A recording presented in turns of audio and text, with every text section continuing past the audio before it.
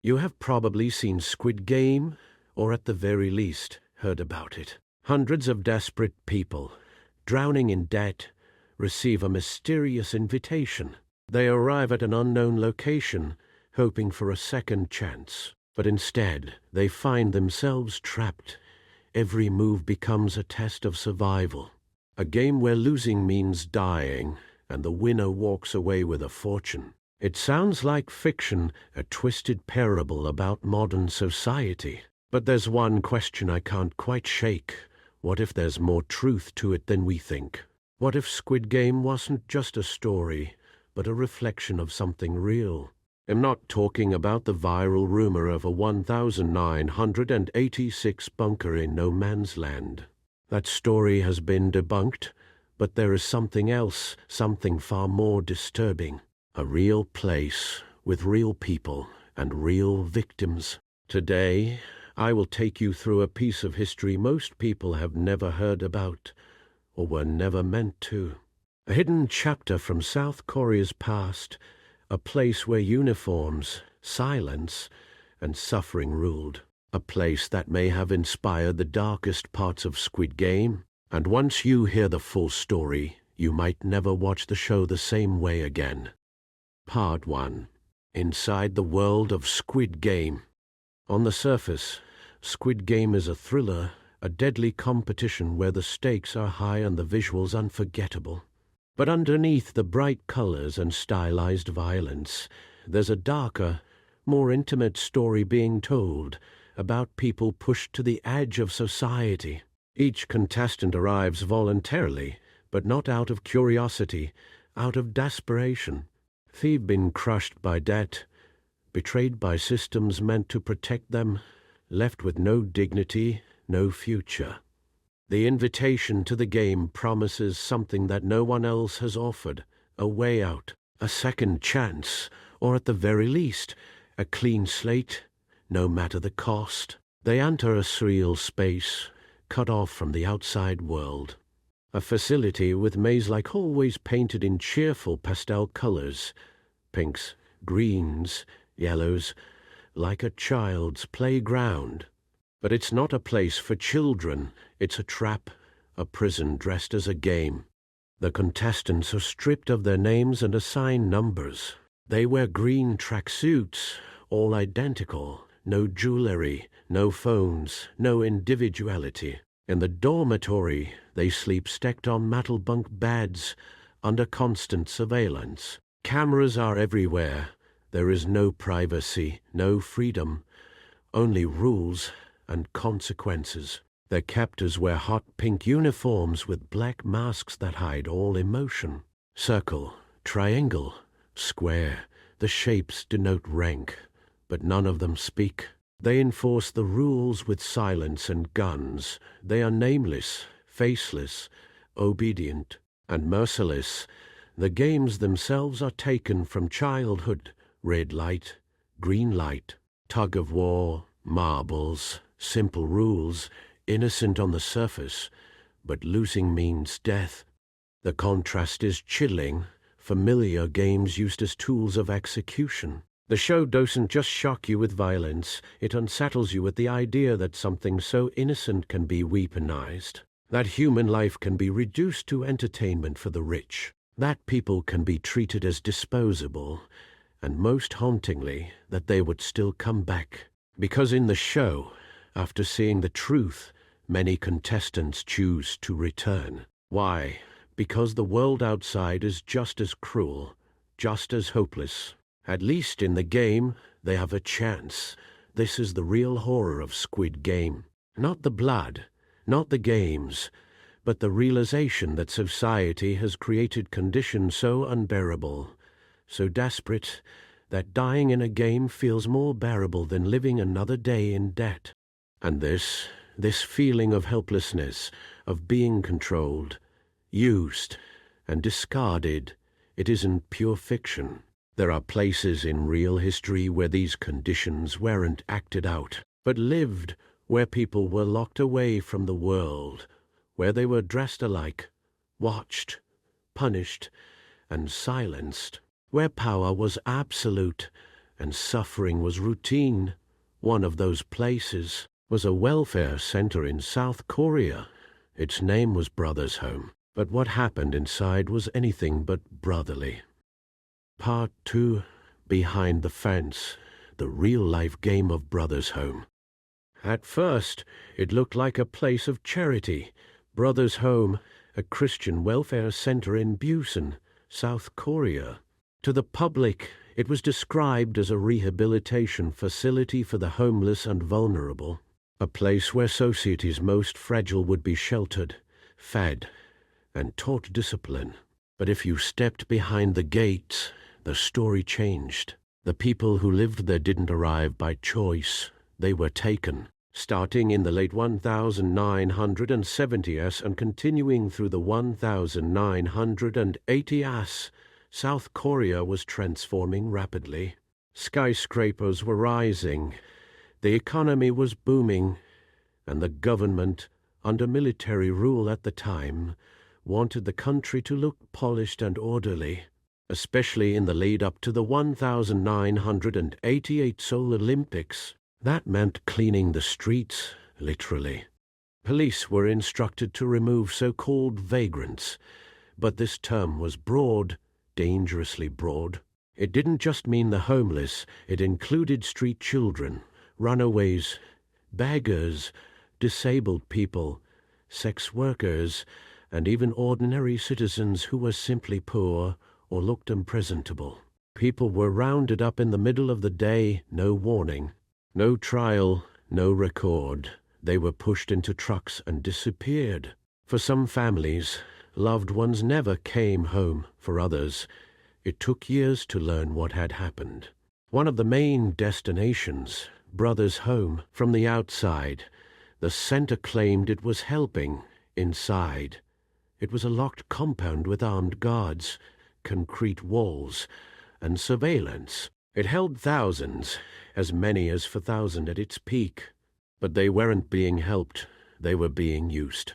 Many survivors were just children when they arrived, some as young as 10. They were forced into labor, stitching clothes, assembling electronics, packaging goods, for up to 12 hours a day, often for major South Korean companies, all unpaid.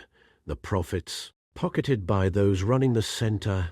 The work was brutal, but disobedience was worse. Those who broke rules, or simply failed to keep up, were beaten. Some were tied up, others were locked in isolation for days. There are testimonies of people being electrocuted as punishment, of girls being sexually assaulted, of children forced to watch others being tortured as a lesson. And it didn't end at night. The dormitories were overcrowded, dozens packed into a single room. Everyone wore the same clothing, uniforms, like in Squid Game. No privacy, no choices, just routines, orders, control, all of it masked by religion. Daily prayer sessions, hymns, crosses on the walls. The center's director, a former military officer, claimed it was all for the good of the residents. He even received government praise and funding, but the truth was darker. Over 500 deaths were recorded during the years Brothers' Home operated. Some from illness, some from injuries, some unexplained. There was a morgue on site. Bodies were buried in unmarked graves. In some cases, families were never even told their children had died. No apologies, no records, just silence, and still the place kept operating until one day, in the late 1980s, the truth began to leak. A whistleblower, a prosecutor named Kim Yong-won, discovered the scale of the abuse. He pushed for an investigation, but instead of opening the case, the government removed him, silenced him. For years, his report sat unread. It wasn't until much later, decades later, that survivors began speaking publicly, risking shame, re-traumatization, and rejection, and only then did the world begin to understand what had truly happened inside those walls. Brothers' Home wasn't just a cruel institution, it was a system where power, silence, obedience, and profit worked together, where human lives, especially the young, the poor, the invisible, were treated as expendable. And when you think about it, doesn't that sound familiar? Uniforms, bunk bads, numbers instead of names, forced labor, constant surveillance, punishments, deaths, silence, all hidden behind the facade of order, and a promise to help. That's not just a coincidence, that's a reflection. And it might just explain why Squid Game feels so disturbingly real. Part 3. Shadows that linger, parallels, memory, and silence.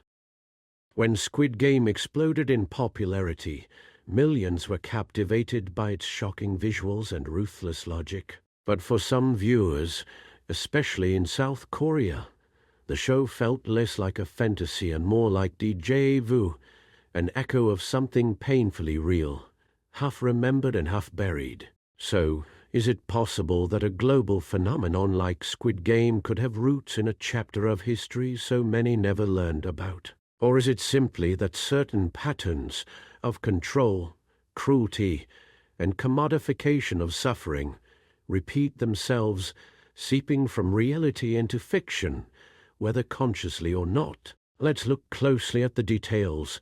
The similarities between Squid Game and Brothers' Home go beyond superficial aesthetics. Uniforms and the loss of self. In Squid Game, the green tracksuits aren't just costumes. They erase individuality.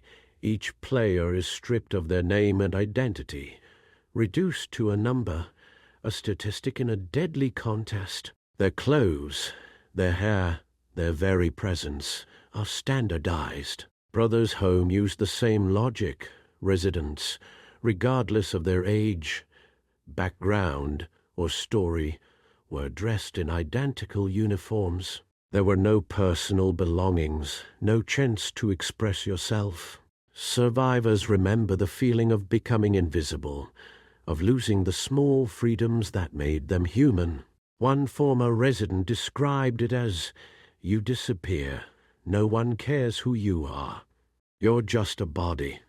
Dormitories and surveillance. The show's cavernous dormitory, filled with row upon row of metal bunks and watched by ever-present cameras, is a direct reflection of life in Brothers' Home.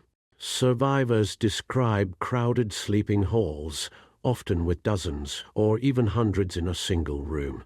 Privacy was a concept that simply didn't exist. And then there's the constant monitoring. In Squid Game, contestants are watched every moment, not just for security, but for entertainment, for control. At Brothers' Home, guards and supervisors maintained strict oversight. Every action was subject to punishment, often arbitrary and cruel. There was no escape from watchful eyes. Games, rules, and arbitrary violence on the surface. The games in Squid Game are simple, almost childish, but the consequences are deadly, the rules absolute, and the enforcement merciless. For the players, one mistake means instant elimination. In Brothers' Home, the rules were just as arbitrary and often even more senseless. The regime demanded absolute obedience to orders, to schedules, to rituals of work and prayer. Failure, or even hesitation, could lead to violent punishment. Some were beaten in front of others as an example. Some were locked in solitary confinement. Some simply vanished. There are testimonies of residents forced to fight each other for the entertainment of guards, or to establish dominance within the dormitories. In both fiction and reality, games become a tool for maintaining control through fear, humiliation, and violence. Profiting from suffering. Perhaps the darkest parallel is the way suffering is transformed into profit. In Squid Game, desperate people's pain is a spectacle for the wealthy. Rich VIPs bet on the outcome, turning human misery into entertainment and competition. The deeper message is clear. For those at the top, the lives and deaths of the desperate are just a game. In Brothers' Home, exploitation was both systematic and lucrative. Residents were forced to work long hours in sweatshop conditions, producing clothing, assembling electronics, even building structures. The money they earned went not to them, but to the administrators and their partners. All this was made possible with government support and religious donations. Suffering wasn't just a byproduct, it was the business model. Dehumanization and the culture of silence, both in the show and in the real camp, dehumanization is central. You are not a person. You are a number. You are property. You are expendable. But what may be even more chilling is the way these realities are hidden through silence, denial, and distraction. In Squid Game, the organizers go to great lengths to keep the game secret, to erase evidence, to ensure the outside world never knows. In Brothers' Home, decades passed before the truth began to surface. The government suppressed investigations, whistleblowers were silenced or punished, families were told nothing. To this day, many South Koreans know little or nothing about Brothers' Home. There is no official memorial. Survivors have struggled for decades to have their stories heard and recognized. The shame, fear, and stigma linger. Collective memory and unintentional mirroring. It's true that Hwang Dong-hyuk, the creator of Squid Game, has never claimed a direct connection to Brothers' Home. But art is often shaped by the unspoken stories of its time and place. Trauma, when unaddressed, seeps into culture. Patterns repeat.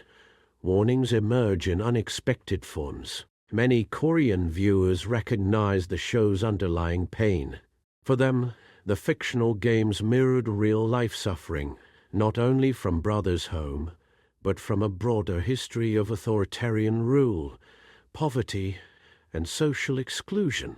That's why, for some, watching Squid Game was unsettling in ways that went beyond suspense or shock. It felt like old wounds reopening, like the past calling out, refusing to be forgotten. The parallels between Brothers' Home and Squid Game are not just a matter of historical curiosity. They force us to ask hard questions. How does a society justify cruelty against its most vulnerable? How easily can institutions designed to help become machines of exploitation? How long can the truth remain hidden, even when the signs are all around us? And perhaps most painfully, are there still games being played, in shadows and behind walls, that we refuse to see? Stories like Squid Game remind us, even the most shocking fiction can be rooted in fact. And sometimes, what we call entertainment is just history, retold with new faces and brighter colors. Part 4. The struggle for recognition. Why stories like this matter. For decades, the survivors of Brothers' Home lived with their pain in silence. Many were ashamed or afraid to speak. Some had lost everything: family, health, even the sense of who they were. And when a few finally found the courage to tell the truth, their voices were often ignored or dismissed. Authorities refused to investigate. Newspapers wrote little or nothing. For the government, the priority was to protect South Korea's image, not to confront its darkest chapters. Even as the country modernized, the shame of Brothers' Home remained hidden, swept under the rug. But memory has a way of resurfacing. Over the years, a handful of survivors, activists, and journalists kept pushing. They told their stories in courtrooms and on television. They published memoirs. They lobbied for official recognition, compensation, and, most importantly, an apology. Some progress has been made, but slowly and at great personal cost. There is still no national memorial, no full public reckoning. Many survivors are still waiting for justice. Others have passed away without ever seeing their pain acknowledged. Why is this struggle so hard? because confronting stories like Brothers Home means asking uncomfortable questions. It means admitting that even well-intentioned systems can go wrong, that cruelty can be hidden behind good intentions or behind uniforms, prayers, and promises. It means recognizing the people society tried to erase. But this is also why these stories matter. They remind us of our shared responsibility to listen, to remember, and to refuse silence. When a show like Squid Game becomes a global sensation, it gives us a chance to look deeper, to see not just the spectacle, but the shadows behind it, to ask what makes such stories possible and what allows them to keep repeating. History shows us that abuse thrives in silence. When we look away, when we refuse to speak, the cycle continues. But when we listen, truly listen, to those who suffered, we create the possibility of change. We honor their memory, and we protect others from suffering the same fate. So, if you found this story difficult, or unsettling, or even just unfamiliar, remember that this is exactly why it must be told.